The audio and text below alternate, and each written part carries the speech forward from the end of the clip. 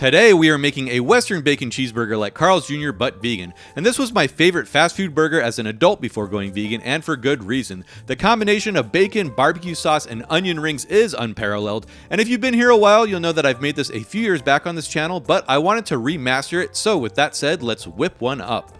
First, let's tackle the barbecue sauce. Now, of course, you could just get a vegan-friendly barbecue sauce at the store, but it's fairly easy and rewarding to make your own.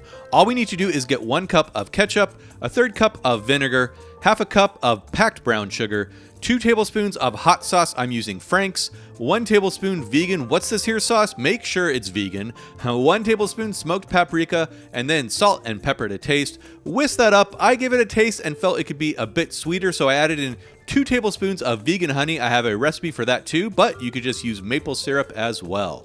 Now I'm going to heat this up for a bit to melt down the brown sugar, and once it's bubbling, I'm going to kill the heat, and I'm going to taste again for seasoning and adjust as you would like it.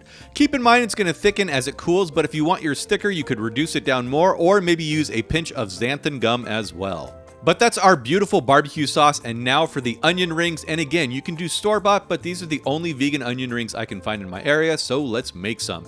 We're going to get 1 large onion, white or yellow, whatever you like will work. We're going to cut them into about 1/2 inch slices like so, and then we just need to separate out the rings as well. Next, let's put together our dredging station. For the dry dredge, we're going to do 1/2 cup or 60 grams of flour, 1/4 cup or 30 grams of cornstarch, 1/2 tablespoon of baking powder, and then 1 to 2 teaspoons of salt, and then 1 teaspoon of cayenne. Give that a whisk, and now for the wet dredge, we're going to do 1 cup of unsweetened plant milk, 1 tablespoon of apple cider vinegar, 1 tablespoon of hot sauce, and then 1/4 cup of flour, which is going to help thicken the batter so it sticks to the onions. Lastly, for the breadcrumbs, you can use these or panko, but I'm going to use my new favorite, oyster crackers. Just grind them up like so, and then we're going to need about 2 cups worth. Now let's get a wide pot or Dutch oven, and we're going to fill it with a couple inches of a neutral oil like peanut, canola, or vegetable. We're going to want to get those to around 350 to 375 degrees Fahrenheit, and yes, air fry and baking directions will be on the blog as well. And while the oil heats up, we can bread our onion rings. We're going to go first in the flour. I recommend using a fork over your hands. It's a lot easier and cleaner. Next, we're going to go into the wet dredge. Make sure you get the excess to drip off, and then finally into our breadcrumbs. And again, coating thoroughly. You can double dredge these if you like, but I didn't find it necessary. Oh, and it's worth noting that this is probably easier in some bowls. I just use these pans for filming purposes. Once our oil is up to temperature, we're going to carefully add our onion rings and then fry them in batches. They only need about 3 or 4 minutes. Go ahead and lightly poke them so they don't stick to each other. You can use a fork or a spider spoon if you like. I find that the fork is pretty easy. Once they are golden brown and beautiful, go ahead and take them out and then add them to a wire rack and salt them immediately. You can also keep them warm in the oven on the lowest setting while you fry up the rest. And you'll probably have extra rings and sauce, so just enjoy them like this if you like.